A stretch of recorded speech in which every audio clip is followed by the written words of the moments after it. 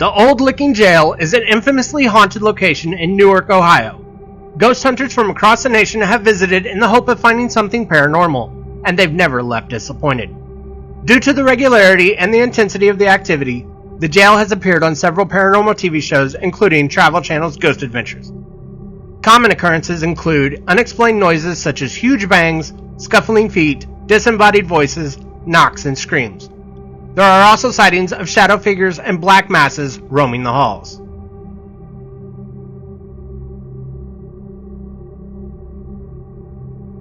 Fudge Road, aka Crybaby Bridge, is a narrow gravel track that winds through the most rural parts of Preble County.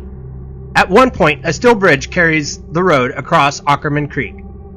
It is said that a young mother threw her unwanted newborn off of the bridge, or in some versions of the tale, the baby was stillborn and the mother hung herself from the bridge.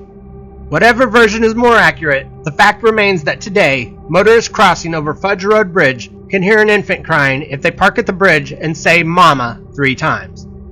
Another tale linked to the creepy bridge states that a mysterious beast lurks in the nearby woods and takes shelter under the bridge, growling at passing motorists.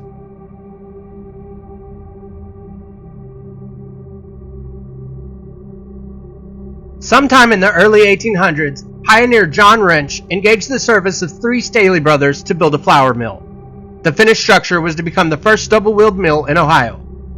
The business flourished, and after several years, Wrench had made enough money to retire and ended up selling his mill to Elias Staley. The mill was then passed down to his brother Andrew and continued to produce flour until 1905. Today, the mill is still standing, and Staley Road, named for the brothers, winds its way past and through the woods. It has become something of a rite of passage for local teens to drive this road at night as a demonstration of their courage. It has been said that Old Man Staley went on a murderous rampage and is now haunting the road.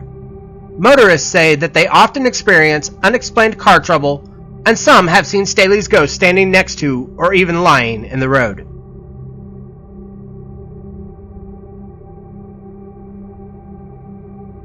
The spirits that haunt the Franklin Mansion in Cleveland are numerous and very active according to investigators. The sound of a baby can be heard crying, and it's believed that there was a baby skeleton discovered in the walls in a small room at the back of the house.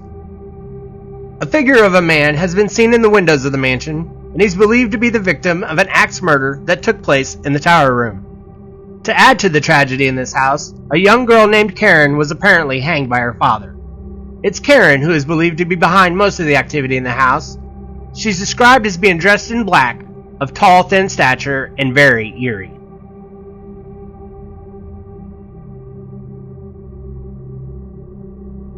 Since the Majestic Theater was built back in 1852, it has earned itself a reputation as one of the most haunted locations that Ohio has to offer.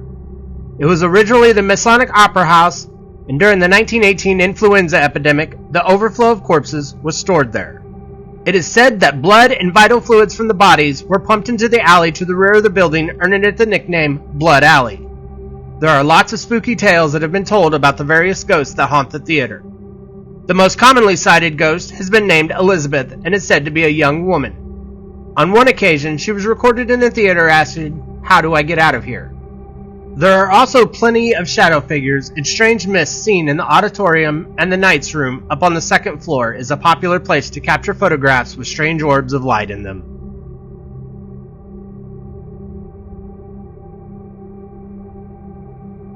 If you visit Woodland Cemetery in Dayton, Ohio by day, then the word that you would probably choose to describe it would be picturesque.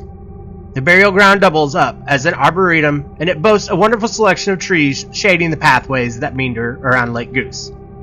However, by night, Woodland Cemetery takes on a much creepier feel. Many witnesses have reported a female spirit who is usually described as wearing a red shirt and jeans, with a blue sweater around her waist. She is said to wander forlornly through the trees. Other spirits that are seen here include a young boy and his dog. They are said to have drowned in the canal after the boy fell in and his dog attempted to rescue him. Many people are so touched by the tale that they leave trinkets at his memorial, and some say they have heard the boy sobbing and his dog whining.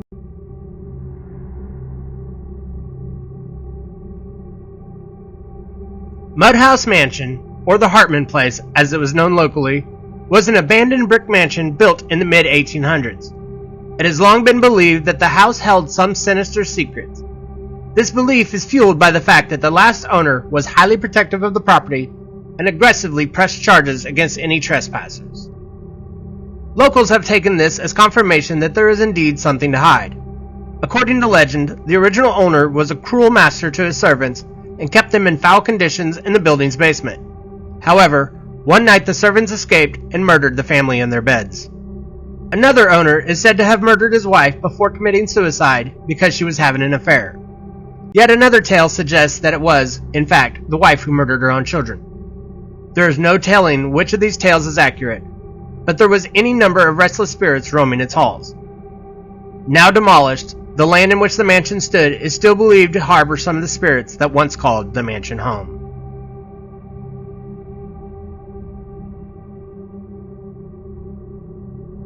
The Civic Theater, or Loew's Theater, as it was once known, was designed by a Viennese architect named John Eberson.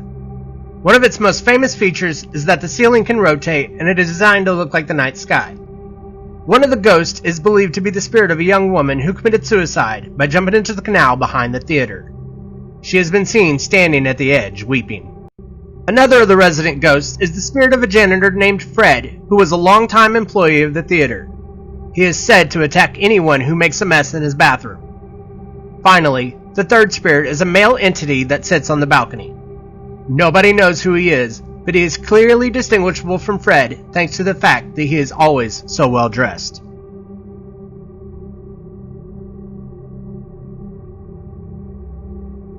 Sedumsville Rectory is one of the most notoriously haunted locations in Cincinnati. It is over 100 years old and housed initially local priests from the Cincinnati area. Somewhere along the way, it became the place where bad priests were placed. There are rumors of child abuse and dogfighting connected to the property.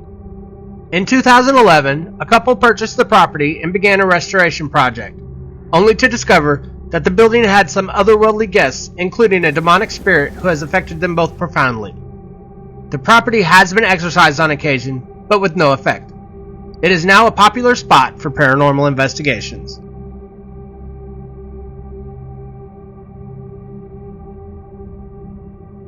The Lafayette Hotel was actually built on the ruins of another hotel, the Bellevue, which burned down in 1916. The Lafayette opened in 1918 and was managed by a man named Reno G. Hogue. He died in 1944 and passed the job down to his son, S. Durward Hogue. It wasn't until Durwood passed on that the paranormal activity at the hotel began, leading many to surmise that it is his ghost that haunts the third floor of the property. Lights flicker and bulbs shatter on their own. The elevator behaves strangely and will often travel up to the roof on its own. As well as the ghost of Durwood, guests have noticed a female apparition in Edwardian attire sitting in the Riverview Lounge.